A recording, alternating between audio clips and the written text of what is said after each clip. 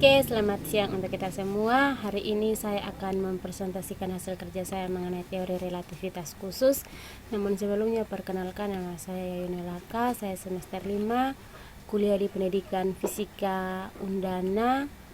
Dan hari ini saya akan mempresentasikan beberapa pokok dalam relativitas khusus.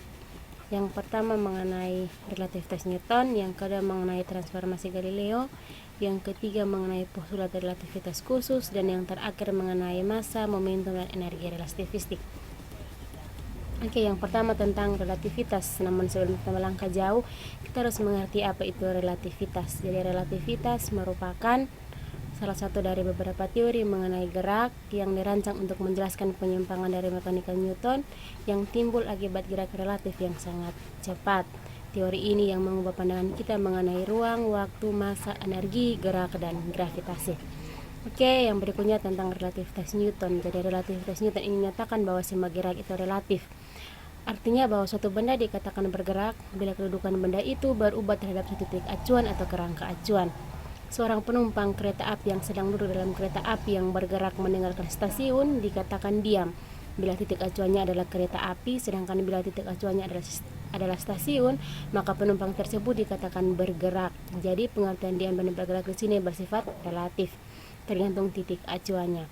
Stasiun kita anggap diam, padahal stasiun bergerak terhadap bumi, bergerak mengelilingi matahari, matahari bersama bumi bergerak terhadap galaksi, bintang, dan seterusnya.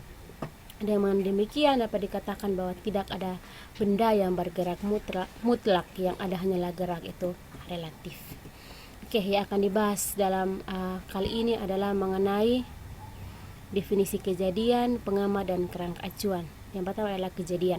Jadi kejadian adalah suatu peristiwa fisika yang terjadi dalam suatu ruang pada suatu waktu tertentu. Seorang yang mengamati suatu kejadian dan melakukan pengukuran, misalnya pengukuran koordinat dan waktu, disebut dengan pengamat. Alat ukur apa saja yang melakukan pengukuran terhadap suatu kejadian disebut juga pengamat. Nah, untuk menentukan letak sebuah titik dalam ruang memerlukan suatu sistem koordinat atau kerangka acuan. Jadi kerangka acuan adalah suatu sistem koordinat, misalnya sistem koordinat X, Y, dan Z, di mana seorang pengamat melakukan pengamatan terhadap suatu kejadian.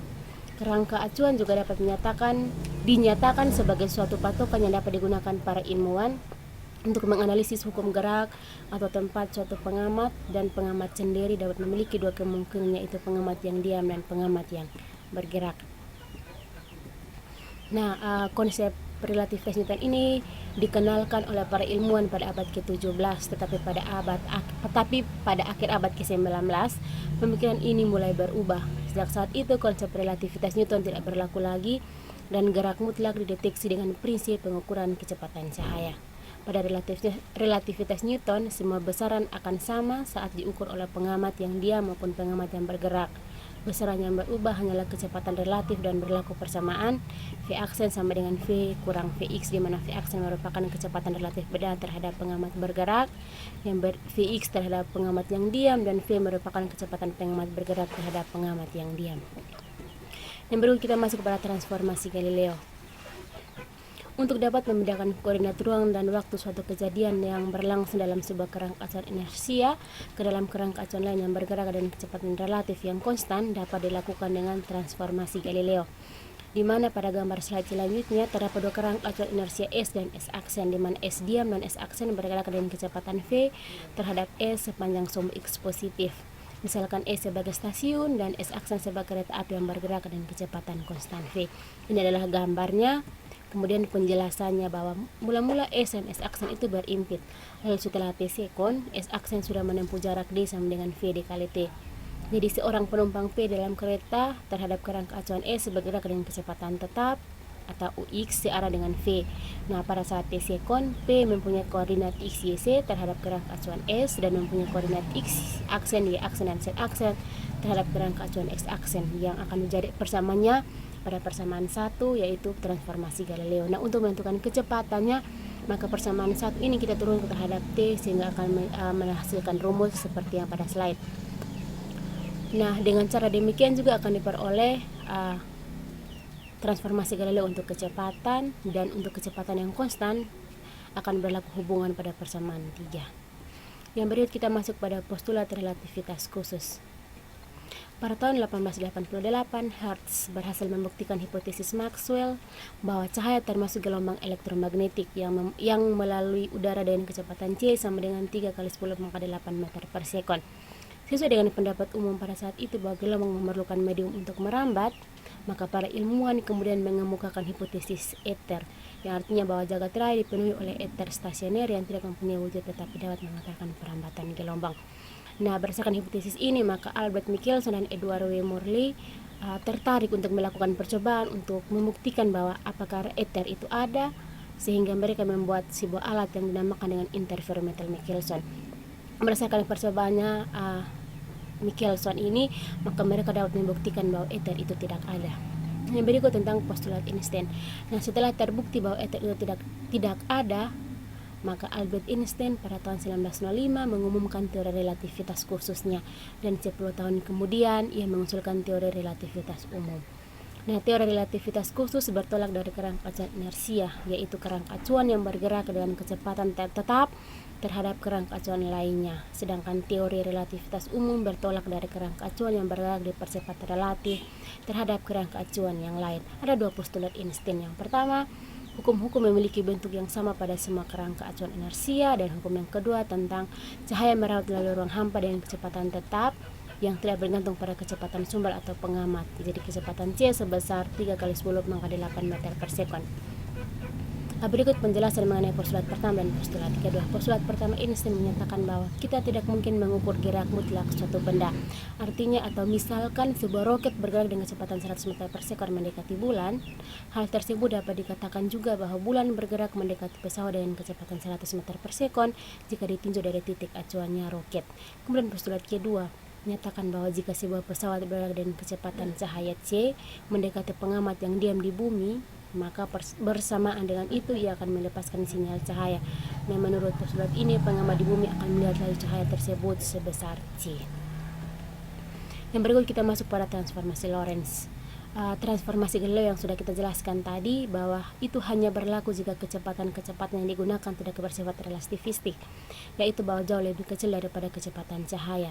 Nah, untuk peristiwa yang lebih luas hingga kecepatan yang menyamai kecepatan cahaya diperlukan suatu transformasi baru, sehingga diperoleh bahwa kecepatan cahaya dalam vakum merupakan besaran yang mutlak. Nah, untuk memasukkan konsep relativitas Einstein, selang waktu menurut kerangka acuan bergerak T tidak sama dengan selang waktu menurut kerangka acuan bergerak atau T aksen. Nah, oleh karena itu hubungan transformasi mengandung suatu pengali yang disebut dengan tetapan transformasi. Nah, dengan demikian persamaannya seperti ini, ada untuk transformasi linear, kemudian kedudukannya terhadap sum x dan x aksen, kemudian hubungan antara x dan x aksen, sehingga persamaannya pada slide. Kemudian yang berikutnya adalah untuk teori tentang kecepatannya dan untuk transformasi kecepatan relativistik untuk sumbu Y dan sumbu Z.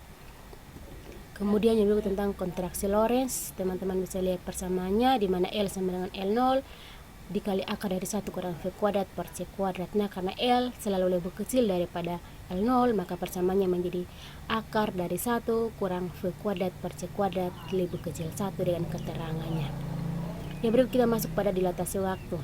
Nah, dilatasi waktu ini merupakan dapat diartikan bahwa selang waktu antara dua kejadian yang berada di tempat yang sama dalam suatu kerangka acuan akan selalu lebih singkat daripada selang waktu antara kejadian yang sama dalam kerangka lain terjadi di tempat yang berbeda. Dengan kata lain, bahwa waktu yang terukur oleh pengamat dalam kerangka S dan S aksen, misalnya dua orang yang kembar, yang satunya hidup di bumi, yang satunya hidup di angkasa, maka suatu saat ketika yang di angkasa berkunjung ke bumi, maka umur yang berada di ruang angkasa akan lebih tua dibandingkan dengan umur kembarannya yang ada di bumi. Persamaan dilatasi waktunya adalah delta T sama dengan delta T0 per akar dari 1 kurang V kuadrat per C kuadrat, di mana delta T lebih besar dari delta T0 dengan keterangannya masing-masing. Yang berikut kita masuk pada massa, momentum, dan energi relativistik.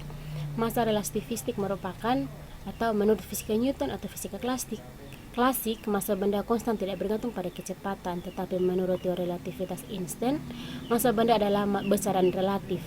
Artinya bahwa massa benda yang bergerak relatif terhadap seorang pengamat akan lebih besar daripada massa diam benda tersebut, yang persamaannya M sama dengan M0 per akar dari 1 kurang V kuadrat per C kuadrat. Yang berikut kita masuk dalam momentum relativistik. ketika kelajuan partikel hampir mendekati kelajuan cahaya, persamaan momentum energi kinetik non relativistik tidak bisa berlaku lagi.